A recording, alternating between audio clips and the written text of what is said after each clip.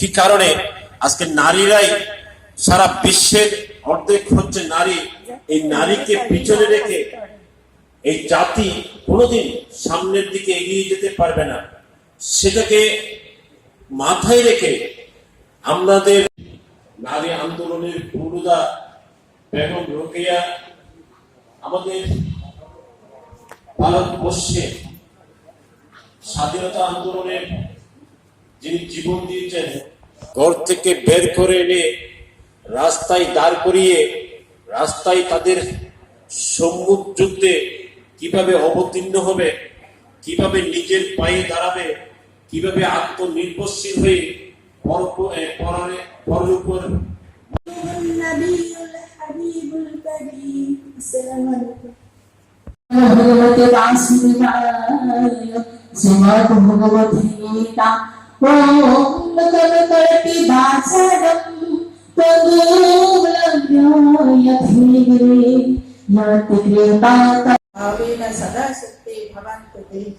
জগতের সকল প্রাণী সুখী হোক, সুখী হোক, সুখী হোক।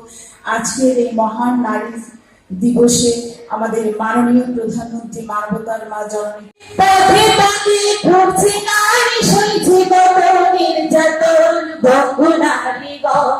এবার ঘুম ভাঙিয়া চাও গো বঙ্গ নারীগণ, এবার ঘুম ভাঙিয়া চাও গো বঙ্গ নারীগণ। নারী রূপের শিক্ষা দিয়া বেগম রোকেয়া পদকটা লিখে গেছেন সমাজ দেখিয়া।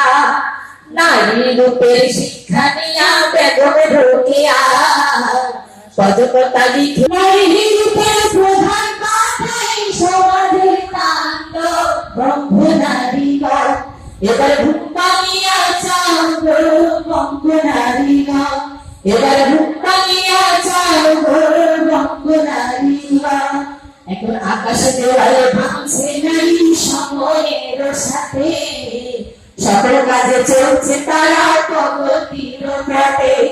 আকাশে দেওয়ালে ভাঙছে নারী সময়ের সাথে, সকল কাজে চলছে তারা প্রগতির পথে।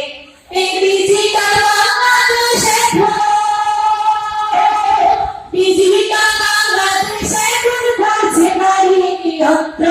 বঙ্গ নারীগণ, এবার ঘুম ভাঙিয়া চাও গো বঙ্গ নারীগণ, এবার ঘুম ভাঙিয়া চাও গো বঙ্গ নারীগণ। নইলে তোমার এই সমাজে, নইলে তোমার এই সমাজে অধিকার হবে বলো বঙ্গ নারীগণ, এবার ঘুম ভাঙিয়া চাও গো বঙ্গ নারীগণ, এবার ঘুম ভাঙিয়া চাও গো বঙ্গ নারীগণ। আমরা জিডিপির যে গ্রোথ বৃদ্ধি পাচ্ছে, এই বৃদ্ধি পাওয়ার পিছনেই আজকে নারীরাই এগিয়ে এসেছে বলেই আমরা আমাদের দেশ ধাপে ধাপে আমরা উন্নত শিখরের দিকে চলে যাচ্ছি। নারীদের এক সময় অতীতের একটু চিন্তা করেন, আপনার মা আপনার দাদি কি অবস্থায় ছিল, এই পর্যায়ে এসে আপনি কোন কোথায় অবস্থান করতেছেন। কালকে সাতকা নিয়ে দেখলাম সেখানেও নারী, তার নারীরা কোথায় পিছিয়ে আছে। আমি নিজে নিজে যদি বৃত্ত সংক্রান্ত হয়ে যদি ঘরে বসে থাকি, আমাকে তো কেউ নিয়ে দিবে না। আমার জিনিস আমাকে আদায় করতে হবে, আমার অধিকার আমাকেই আদায় করতে হবে। আমাদের মহিলা বিষয়ক কর্মকর্তা আপনাদেরকে সুনির্দিষ্টভাবে প্রত্যেকটা পয়েন্টে পয়েন্টে আপনাদেরকে বুঝিয়ে দিয়েছেন। একজন নারী স্বাবলম্বী হওয়ার পিছনে যতটুকু কর্মকাণ্ড, যতটুকু সরকারি সহায়তার প্রয়োজন, সব সহায়তা কিন্তু কি আছে। সে আইনটা, সে বিষয়টা, সেই কোথায় কি আইন আছে, কোথায় কোন জায়গায় গেলে আমি কিভাবে সহযোগিতা পাবো, সেটা আমার মহিলা বিষয়ক কর্মকর্তা আপনাদেরকে সুনির্দিষ্টভাবে বুঝিয়ে দিয়েছে। আপনারা যদি ঘরে বসে থাকেন, তাহলে সেটা হচ্ছে আপনার নিজের কপাল, আপনি নিজেই কি সৃষ্টিকর্তা আপনাদেরকে এমন একটা জিনিস দিয়েছেন, আল্লাহ পাক রব্বুল আলামিন এমন একটা জিনিস দিয়েছেন মহিলাদেরকে, যে জিনিসটা প্রাণ, সেটা তো অন্য কেউ দিতে পারে নাই। একটা একটা জন্মের পরে মানুষ যে জন্মাচ্ছে, দেহ জীবন, এই জীবনে তো অন্য কেউ দিতে পারতেছে না, মহিলারা। এটা তো আপনাদের গর্বের বিষয়।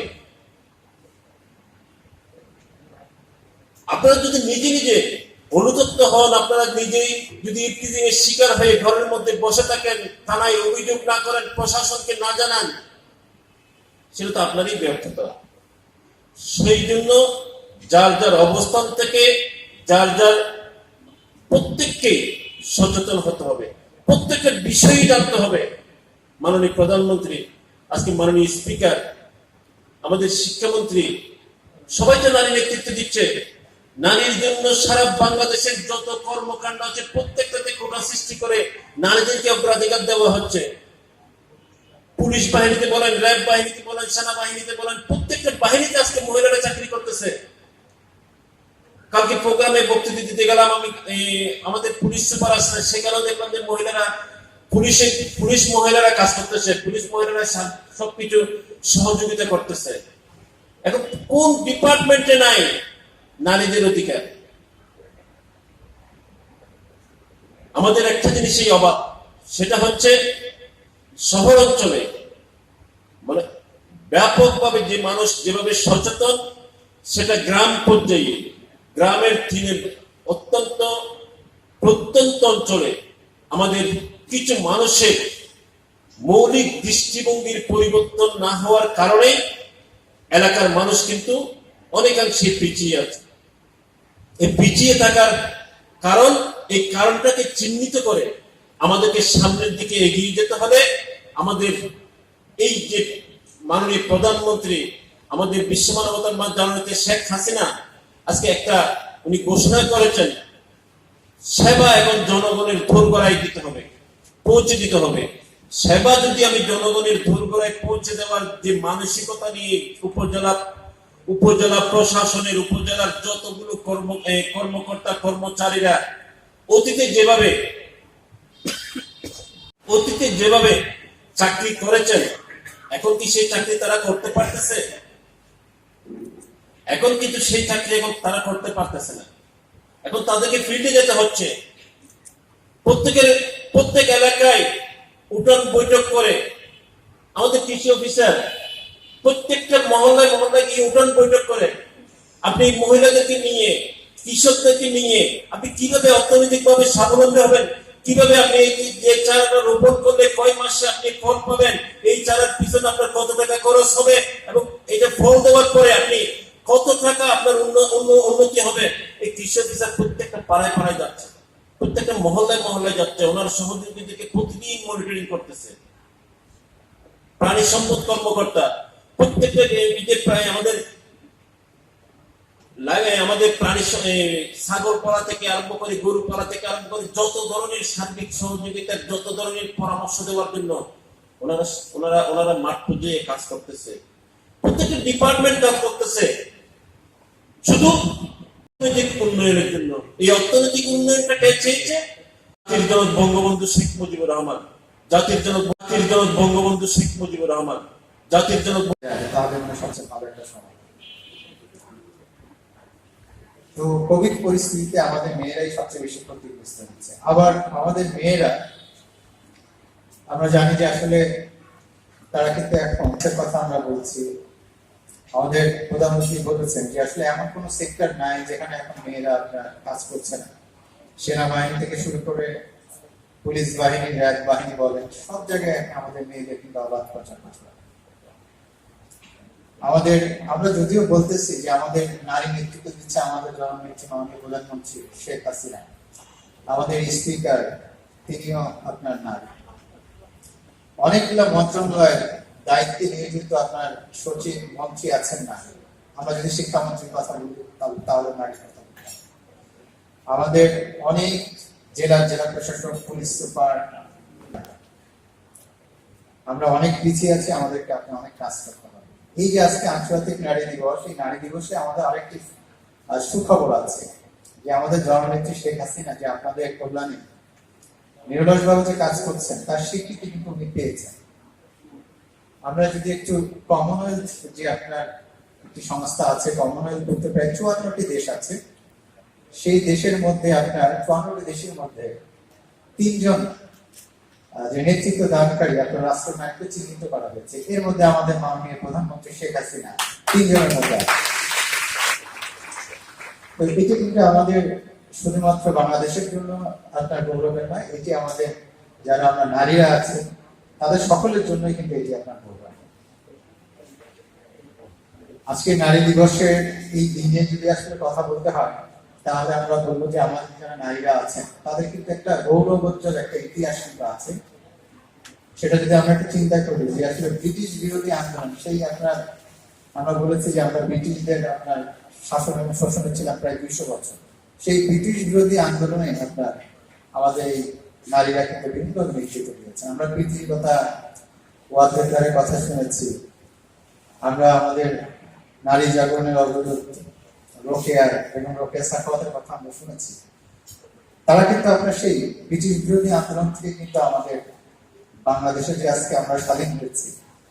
আমরা শুধু বলি যে যখন আমাদের জাতীয় দিবসগুলো আসে, বিশেষ করে আপনার বিজয় দিবস, স্বাধীনতা দিবস, সেখানে আমরা আসলে মেয়েদের একটা নেগেটিভ ভূমিকা আমরা বলি, শুধুমাত্র বলি 30 লাখ শহীদদের কথা বলি, আর তার সাথে চলে আসে আমার মা বোনদের সম্ভ্রম হারানোর কথা বলি, 2 লাখ থেকে 5 লাখ। এটা তো একটা নেগেটিভ কথা। আমরা পজিটিভ দিকগুলো কিন্তু আসলে বলি না, যে 1952 সালের ভাষা আন্দোলন থেকে শুরু করে আপনার 70-এর গণ অভ্যুত্থান বলেন, 70-এর সাধারণ নির্বাচন, প্রত্যেকটা ক্ষেত্রে কিন্তু আমাদের মহিলারা কিন্তু অনেক আপনার গুরুত্বপূর্ণ ভূমিকা পালন করেছে। এই কথাগুলো বলা উচিত। তারা নিজেদের আপনার জীবন বাজি রেখে আপনার আমাদের যারা আহত যোদ্ধা, যারা মুক্তিযোদ্ধা ছিলেন, তাদের চিকিৎসা করেছে। এরকম আপনার মহিলা বীর প্রতীক আছে, যারা আপনার চিকিৎসা শাস্ত্রে ওই স্বাধীনতা যুদ্ধ সময় আপনার গুরুত্বপূর্ণ অবদানের জন্য বীর উত্তম, বীর প্রতীক এরকম উপাধি তারা পেয়েছে। তা আমরা একটা জিনিস স্বীকার করে নিতে চাই যে আসলে আমাদের জনসংখ্যার যে 50% যারা মহিলারা আছেন, তাদেরকে আসলে বাদ দিয়ে কোন ক্রমে আমরা, আমাদের বিশেষ অতিথি বলেছেন যে আসলে আমাদের যে স্বপ্ন অর্থনীতির মুক্তি, এটা আসলে সম্ভব না। বাংলাদেশকে আলোকিত করেছেন, যার জন্ম না হলে আমি আজকে মঞ্চে দাঁড়িয়ে বক্তৃতা দিতে পারতাম না, বলতে পারতাম না আপনাদের উদ্দেশ্যে কিছু। সেই বিনম্র শ্রদ্ধা জানাই হে মহান পিতার প্রতি, বিনম্র শ্রদ্ধা জানাই এই স্বাধীনতার মাসে সকল বীর মুক্তিযোদ্ধাদের প্রতি। আমরা একটির জগতে যখন এখনই ইনস্ট্রাকশন করে তখন বোঝা যায় কি করেছে। এটা আমরা এই যে বিভিন্ন বার্তাগুলো পাই, হাজার লাখ লাখ মানুষ মারা গেছেন। খোদার রহমতে বাংলাদেশের জনগণ সফল নেতৃত্বের কারণে, সঠিক সিদ্ধান্তের কারণে আমরা অনেক ভালো আছি। এর একমাত্র সঠিক সিদ্ধান্ত, সঠিক নেতৃত্ব আমাদের মাননীয় প্রধানমন্ত্রী সঠিক সময়ে সঠিক সিদ্ধান্ত নিয়েছেন বলে আমরা ভালো ছিলাম, ভালো আছি। আশা করি ভবিষ্যতেও ভালো থাকবো। এই দিবসে আমি শ্রদ্ধা করে স্মরণ করছি হাজার বছরের শ্রেষ্ঠ বাঙালি জাতির জনক বঙ্গবন্ধু শেখ মুজিবুর রহমানকে, যার জন্ম হয়েছে বলে আমরা স্বাধীনতা পেয়েছি, যার জন্ম হয়েছে বলে আমরা আজকে মহিলা বিষয়ক অধিদপ্তরের কর্মকর্তা হতে পেরেছি। আমি একটু ইতিহাসটা টানি।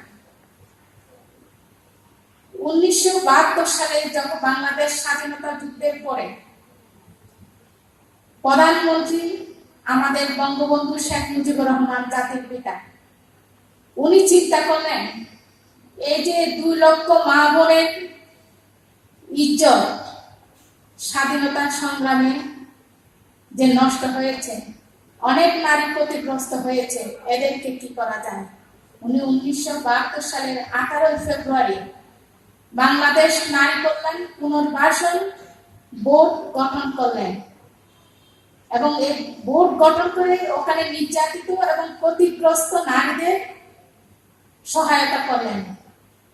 এরপরে 1974 সালে এসে সংসদে আইন পাশ করে নারী কল্যাণ পুনর্বাসন বোর্ড ও নারী কল্যাণ ফাউন্ডেশন গঠন করলেন।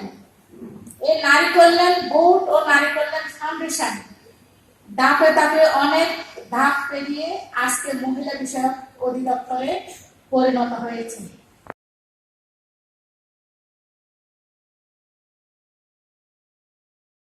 মহিলা যারা এই জন্মগ্রহণ করেছে তারা অত্যন্ত বুদ্ধিশালী করতে হয়।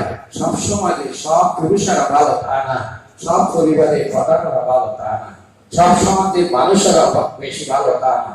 এটা ওনাকে যদি সবাই কেউ সহযোগিতা করতো তাহলে উনি কাজটা করতে পারতো না।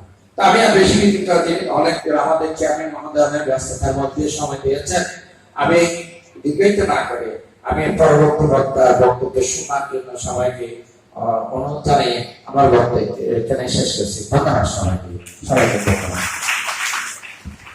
ধন্যবাদ মোহাম্মদ নুরুল হক।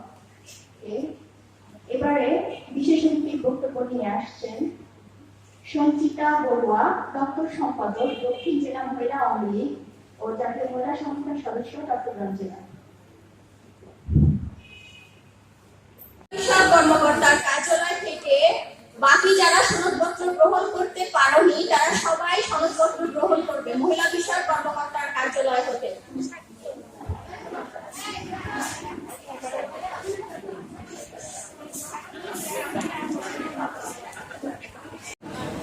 সার্টিফিকেট দিচ্ছে প্রধান অতিথি মহোদয়ের হাত থেকে। এরপরে নাসরিন সুলতান গ্রহণ করছেন মাননীয় সভাপতি মহোদয়। এরপর থাকবে অর্পা মিত্র, এরপরে রাহেলি ইসলাম। ফুটবল পাওয়ার পর এটা সারা বিশ্বে 1911 সাল থেকে 8ই মার্চ সমগ্র বিশ্বের নারীরা আমাদের নারী আন্দোলনের পুরুদা বেগম রোকেয়া আমাদের ভারতবর্ষে স্বাধীনতা আন্দোলনের যিনি জীবন দিয়েছেন, ঘর থেকে বের করে এনে রাস্তায় দাঁড় করিয়ে রাস্তায় তাদের সম্মুখ যুদ্ধে কিভাবে অবতীর্ণ হবে, কিভাবে নিজের পায়ে দাঁড়াবে, কিভাবে আত্মনির্ভরশীল হয়ে পরের উপর